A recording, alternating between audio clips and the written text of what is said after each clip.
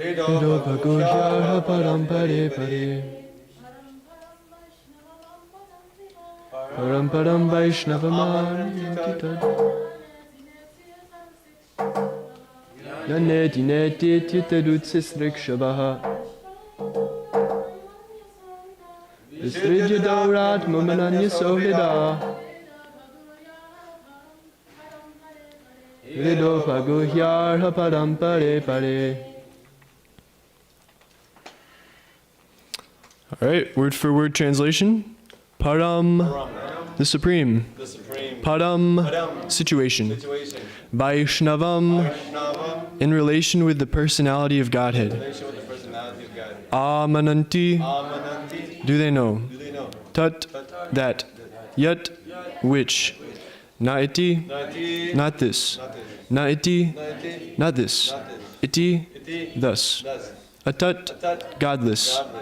Utsistrik shavaha, those who desire to avoid. Visridya, giving it up completely. Dauratmyam, perplexities. Ananya, absolutely. Sauhridaha, in goodwill. Hrida apaguhya, taking them into his heart. Arha, which alone. Oh. Translation might be different, huh? Which alone are worshipable. What does it say here? That which is only worshipable. Padam, lotus feet. Pade, pade, at every moment. Translation and purport by His Divine Grace A.C. Bhaktivedanta Swami Prabhupada Ki Jai. The Transcendentalists desire to avoid everything godless, for they know that supreme situation in which everything is related to the Supreme Lord Vishnu. Therefore, a pure devotee in absolute harmony with the Lord does not create perplexities, but worships the lotus feet of the Lord at every moment, taking them into his heart. Purport. In the Bhagavad Gita, Madham, my abode, is mentioned several times, and according to the version of the Supreme Personality of Godhead, Sri Krishna, there exists the unlimited spiritual sky, wherein the planets are called Vaikunthas, or the abode of the Personality of Godhead. In that sky, which is far, far beyond the material sky, and its sevenfold coverings, there is no need of the sun or the moon, nor is there necessity of electricity for illumination, because the planets are self-illuminating and more brilliant than the material suns. Pure devotees of the Lord are absolutely in harmony with the personality of Godhead, or in other words, they always think of the Lord as their only dependable friend and well-wisher. They do not care for any mundane creature up to the status of Brahma, the Lord of the universe. Only they can definitely have a clear vision of the Vaikuntha planets. Such pure devotees, being perfectly directed by the Supreme Lord, do not create any artificial perplexity in the matter of transcendental understanding by wasting time in understanding what is Brahman and what is non-Brahman, or Maya. Nor do they falsely think of themselves as one with the Lord, or argue that there is no existence of the Lord separately, or that there is no God at all, or that living entities are themselves God, or that when God incarnates himself, he assumes a material body. Nor do they concern themselves with many obscure speculative theories, which are in actuality so many stumbling blocks on the path of transcendental understanding.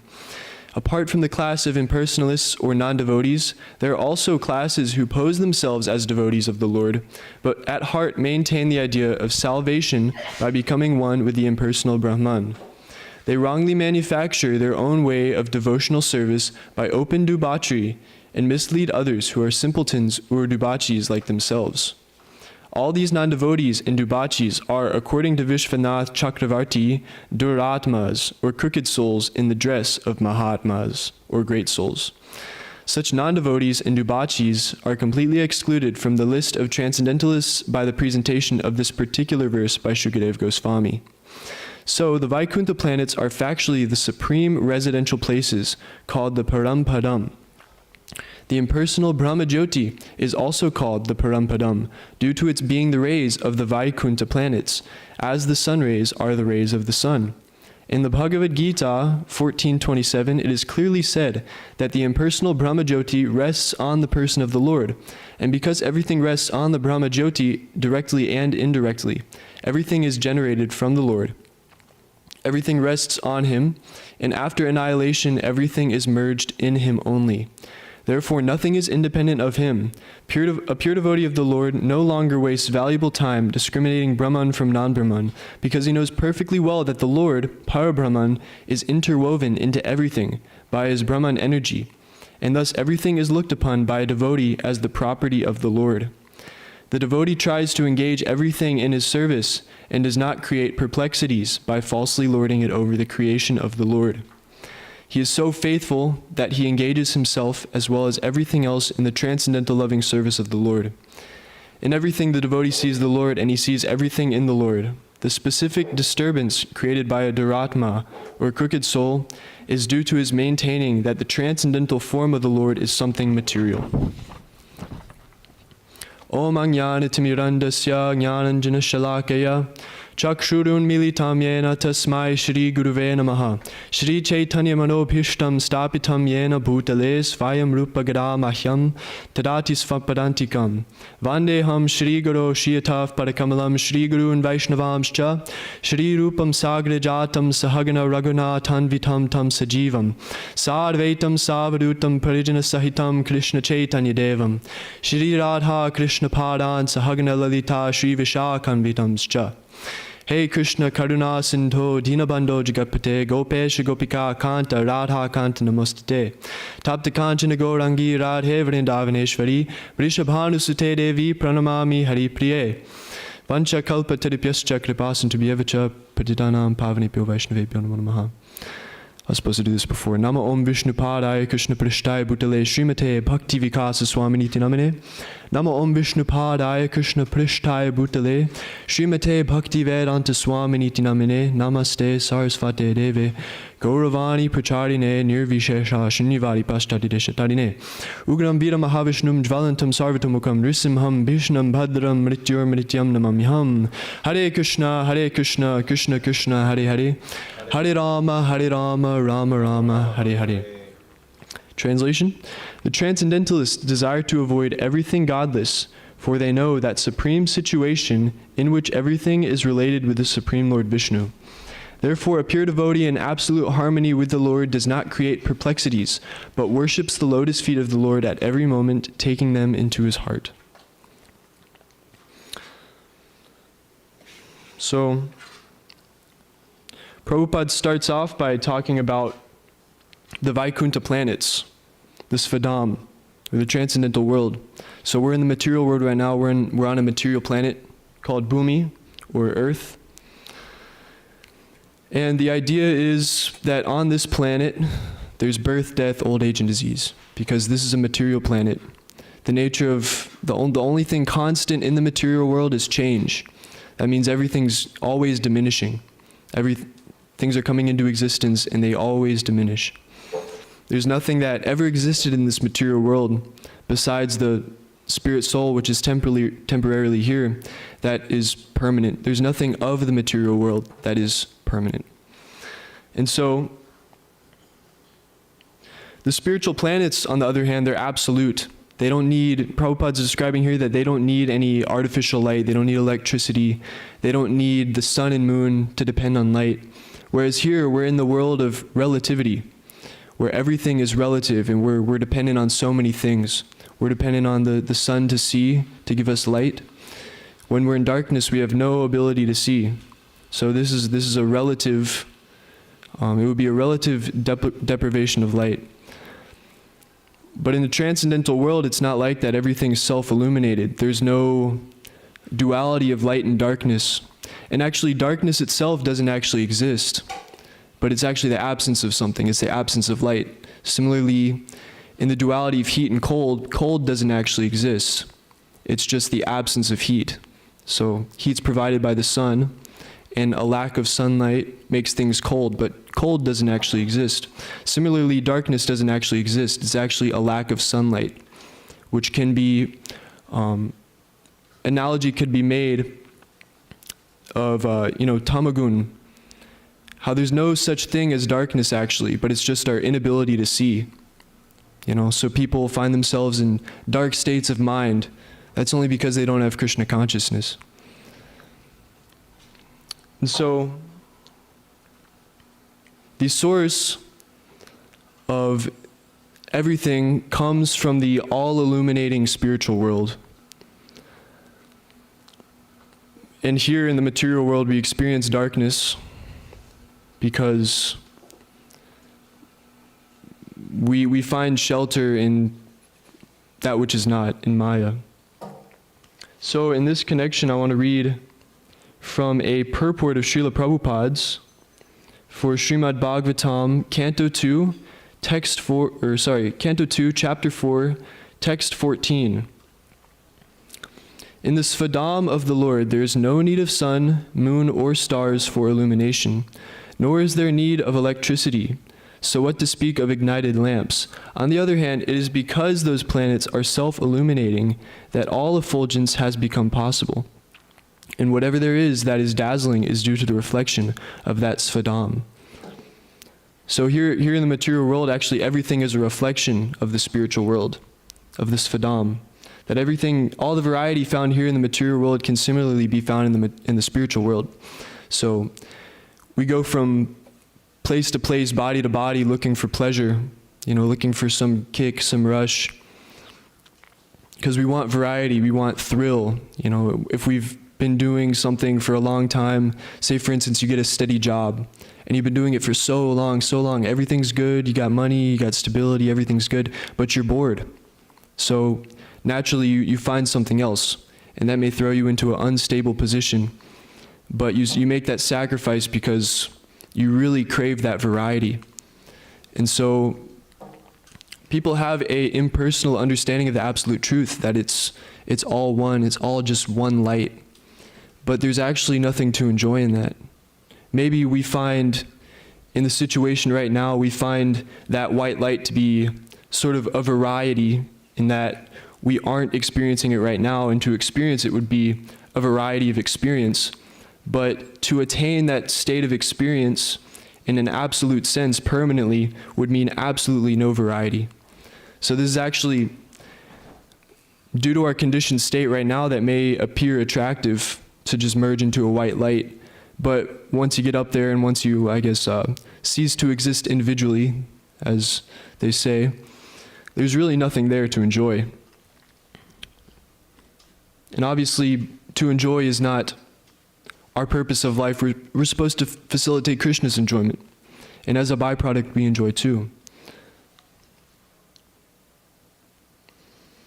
So, such pure devotees, being perfectly directed by the Supreme Lord, do not create any artificial perplexity in the matter of transcendental understanding by wasting time in discussing what is Brahman and what is non-Brahman, or Maya, nor do they falsely think of themselves as one with the Lord, or argue that there is no existence of the Lord separately, or that there is no God at all, or that living beings are themselves God, or that when God incarnates himself, he assumes a material body. So Prabhupada is describing here different opinions on transcendence by different philosophers. But none of these are actually acceptable because they're not bona fide by Shastra. They're all mental speculations, more or less. People may take the Shastra and pick out certain verses, but cherry pick.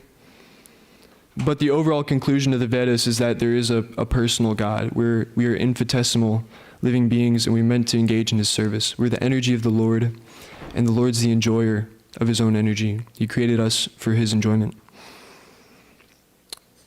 And so all these different theories, they're actually signs of ignorance, or avidya. Vidya means knowledge, and avidya is non-knowledge, or nescience. And so all these different theories, we are God, God's material, or there's no existence of the Lord. Prabhupada talks about these varieties of, they're actually different varieties of ignorant viewpoints. So Prabhupada breaks this down in Canto 3, Chapter 20, Text 18.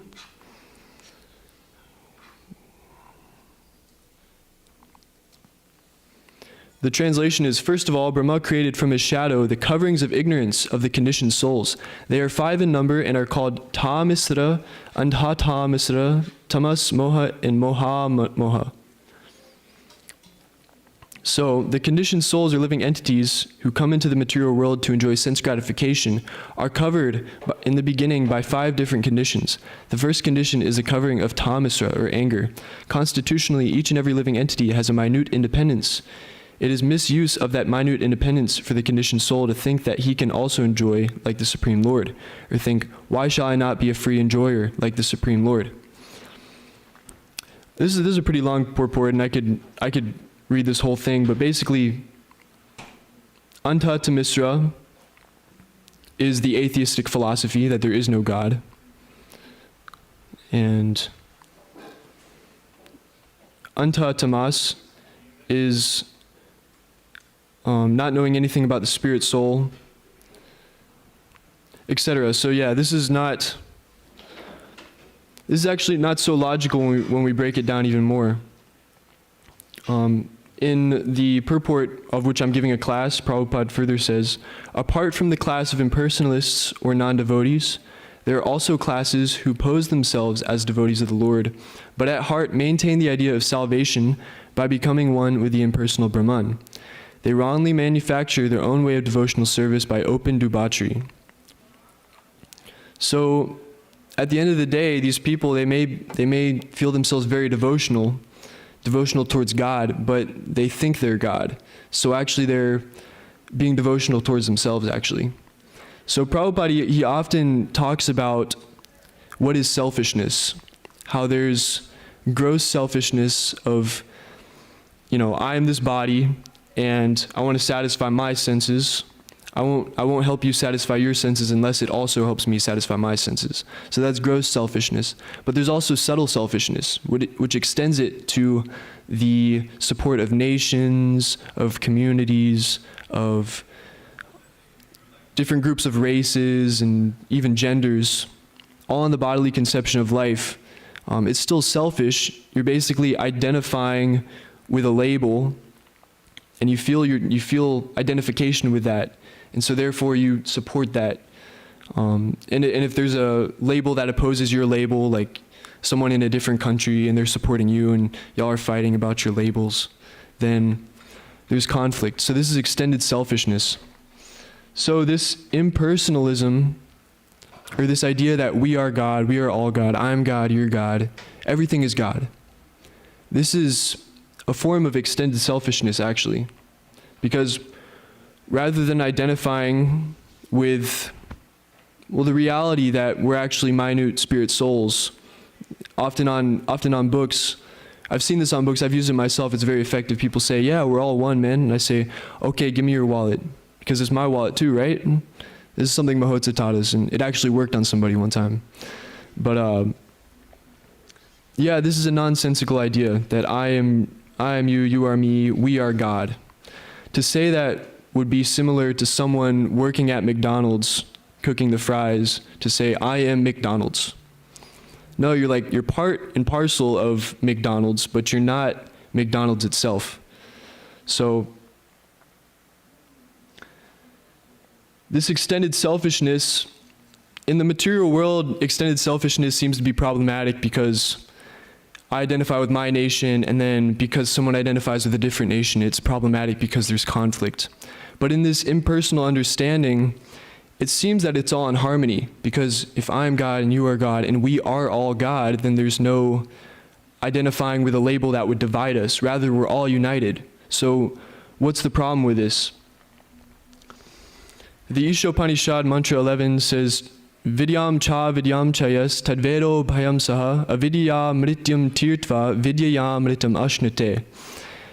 That one should realize vidya and avidya, ignorance and knowledge, simultaneously. One should know them simultaneously so that they can transcend the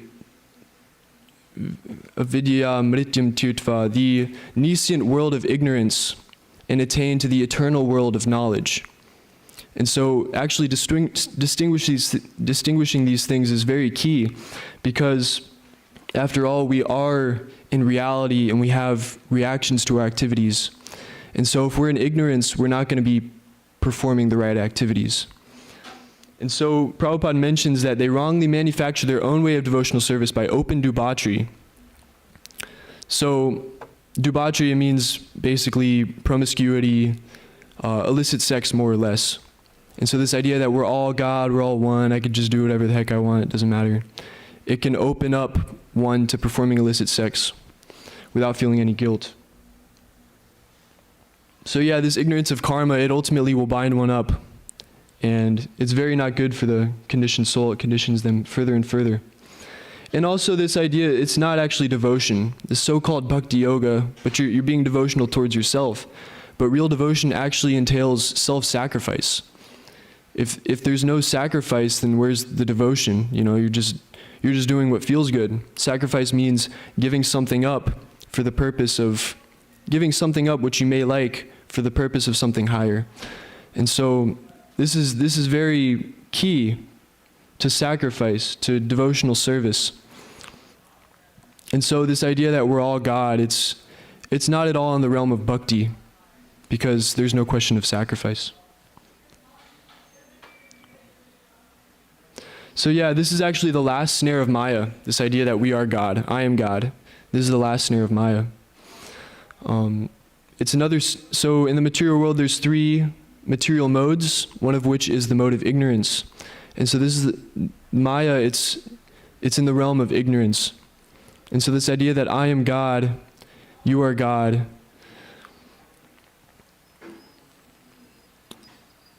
it's purely illusion. It's a material desire, because we see everything around us in the material world and we desire to lord it over. So yeah, Shukadev Goswami, he doesn't accept these people as transcendentalists because this is on the material platform. There's no Maya, there's no Mahamaya in the spiritual world.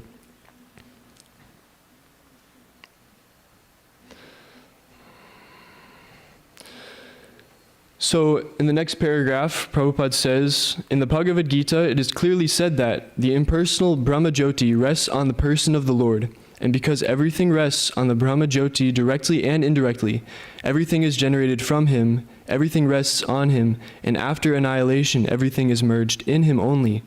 Therefore, nothing is independent of him. So this reminds me of the verse in the Bhagavad Gita, chapter 7, text 7, that Krishna says that there's nothing higher than me, that everything, in fact, rests on me as if pearls are strung on a thread. So Krishna says this. Beautiful language. Pearls strung on a thread. And those pearls refers to everything in existence, all of the energy.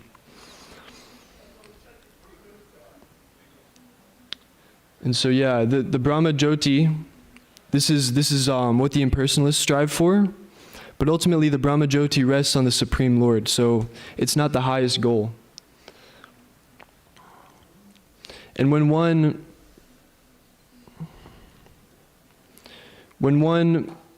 tries, so everything rests on Krishna as pearls are strung on a thread. So all the energy,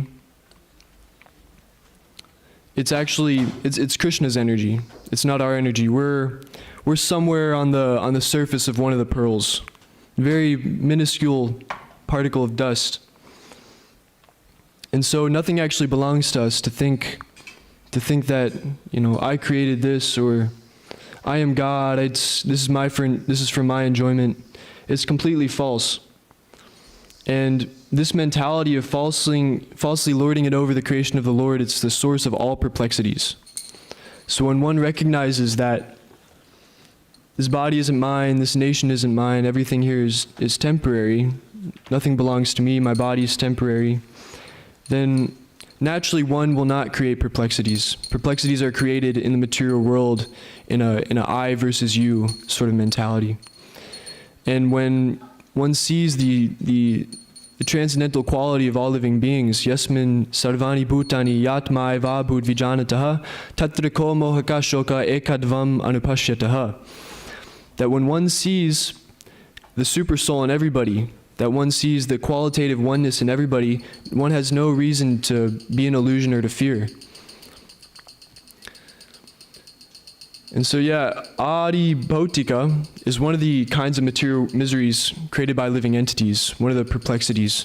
And that refers to a living entity causing harm to another living entity, which is a principal fact in this material world, that there's unlimited resources and there's limited resources, unlimited desires, so there's scarcity. And people fight over this scarcity. Naturally, in the material world, there's going to be scarcity because we have these material bodies, and we're going to get infected by diseases. Even if we're a pure devotee, this body will be infected by diseases. May get some intestinal worms or something horrible. But ultimately, one who's transcendental knows that they aren't the body, so they're actually not affected by this.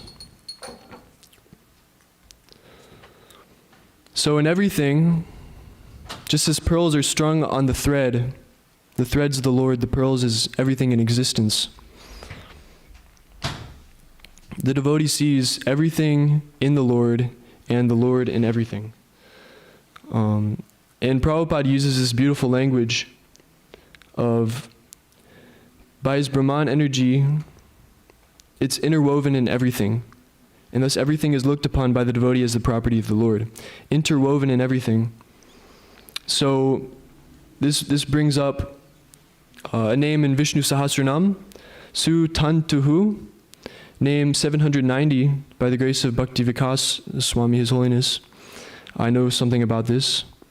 But he explains in that, Su Tantuhu, it means the Lord is like a thread or a net, a network. And Bhakti Vikas Swami, he further describes that just as a spider creates a web, and we're like the living entities, we're entrapped in that web, we're like the little insects. And we have no hope of getting out of this web except by the mercy of the spider. And Narada Muni, he says, in Srimad Bhagavatam, Canto 2, Text 5, Chapter 5, he says, as the spider very easily creates the network of its cobweb and manifests its power of creation without being defeated by others, so also you yourself, by employment of your self-sufficient energy, create without any other's help. So actually, Narada Muni in this verse, he's referring to Lord Brahma, and he's saying that created without any other's help, but in this verse he isn't acknowledging, ultimately Vishnu is providing Brahma with this facility. So we could relate and say that, Krishna is also like the spider creating the web. And we're like trapped in this web. We're trapped in the material modes of nature. Actually, another meaning of the word guna, Sanskrit word guna, is thread actually. So it could be said that the gunas, they bind us. Just as the threads in the spider web bind the insect, the gunas in the material world bind the jiva. And so I thought that was particularly interesting. So the summary of this verse I would give is that, again, the impersonal conception is not factual. There's many forms of bogus philosophies. But ultimately, a pure devotee, he doesn't engage in such nescient ignorance. So yeah, I'll open up for questions and comments, please, if anyone has anything to say. Yes, Prabhu. This goes on. Me and Ty were talking about this earlier, but we were saying how there's no Mahamaya in the spiritual world. Mm-hmm. In Krishna book, it says, this is confusing. I don't know, maybe you know, I don't know. But it says when the cowherd boys are walking into the mount of Aghasura, Mm-hmm. like Krishna becomes bewildered and says, bewildered, and he says, he's surprised by the power of his external energy. Interesting, yeah. Maybe someone knows something about that, but it's like he's implying that they're under the external energy. So yeah, interesting. Yeah, Abhimanyu Prabhu said that in Krishna book, when Krishna enters the mouth of the big snake, then he says he's surprised by the potency of the external potency. And so this implies that in Goloka or Gokula Vrindavan, it's the external potency.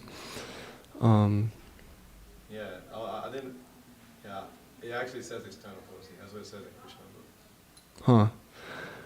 Matsya Prabhu, do you have anything to say about that? So in Goloka, in the spiritual world, Yeah. there aren't demons. So like whenever Krishna's manifesting his past Okay. in the material world, He's entering him and his devotees, they're pure, but they're entering into the impure. that the demons that are kind of helping in his pastimes, they're inflicted by Mahamaya. Oh, I see. I don't know the context of what you're talking about in Krishna book, but it could be talking about how, oh, look how powerful my Mahamaya is taking over this jiva, you know? Mm. Anyways, I'd have to read it.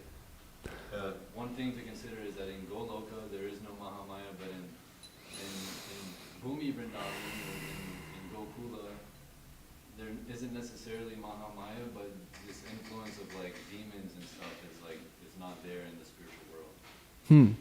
So it's like, I don't know, I'd have to read it. Yeah, it's confusing because, I mean, he's like bewildered in the sense that they're walking into the snake without any fear because they understand, you know, Krishna is like so powerful.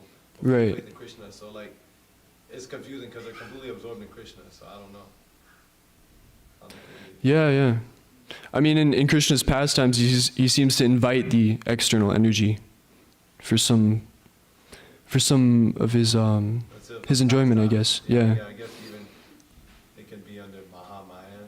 I don't know. If Krishna chooses, it can be under Mahamaya. I mean, Krishna never comes in touch with the material energy at all. Right. Yeah, He could choose to be subjected to it. I mean, Well, he's not even subject to it then, he's talking but about his devotees. He's not him himself, but his Oh, okay. devotees. Anywho, I don't know. I mean, if you wanted to pull up the reference that you're talking Yeah. about. okay. In the meantime, anybody else have any points? Matajis?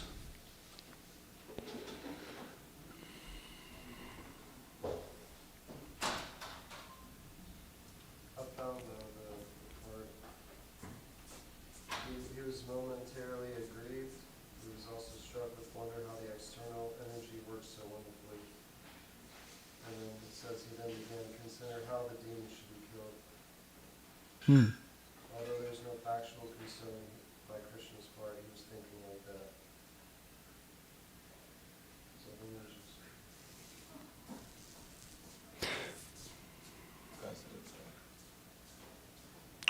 Yeah, I mean, yeah. He was struck with wonder. It's confusing. I don't know. Yeah, it is confusing. I'm not so qualified to delineate on that so much. But yeah, I would say he invites his external energy because, you know, this is meant for Krishna's enjoyment, so he invites that into his pastime.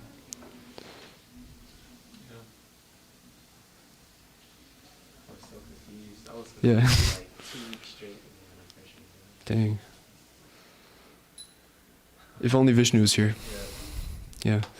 Okay, do you know which text we are on in this Sankirtan is our life and soul?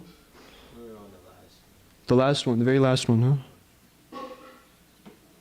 Oh, it's a long one, perfect. Lecture on Srimad Bhagavatam. What?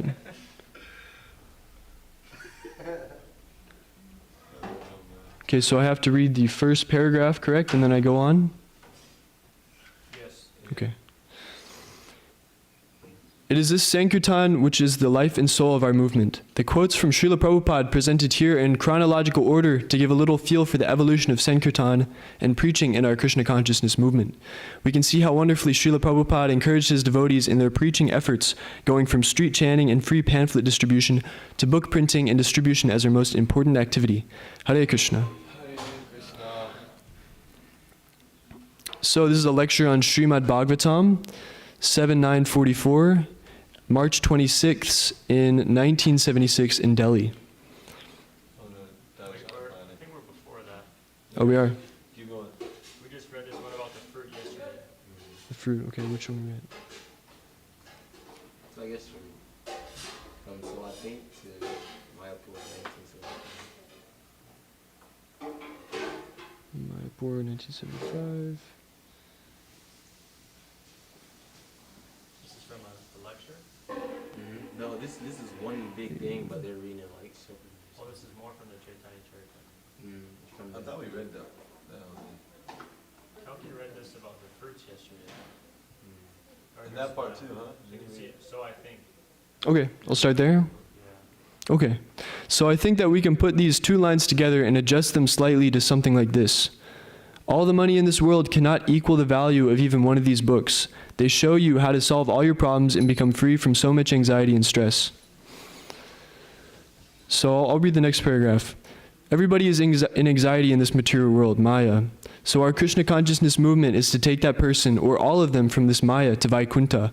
That is the Krishna consciousness, to save the living entity from anxiety and bring him to the platform of no anxiety. That is the difference from anxiety to no anxiety. That is the greatest gift to the human society. Everyone is full of anxiety because he is in this material world. He must be full of anxiety. Mayapur, 1975. May devotees at Krishna Life Atlanta continue to distribute thousands of Srila Prabhupada's books for his divine pleasure. Bhaktivedanta Swami ki jai, Srimad Bhagavatam ki jai, Srila Prabhupada ki jai. Vanchakalpatiripyascha kripasantu bhyevacha patitanam pavanepyo vaishnavepyo namo namaha.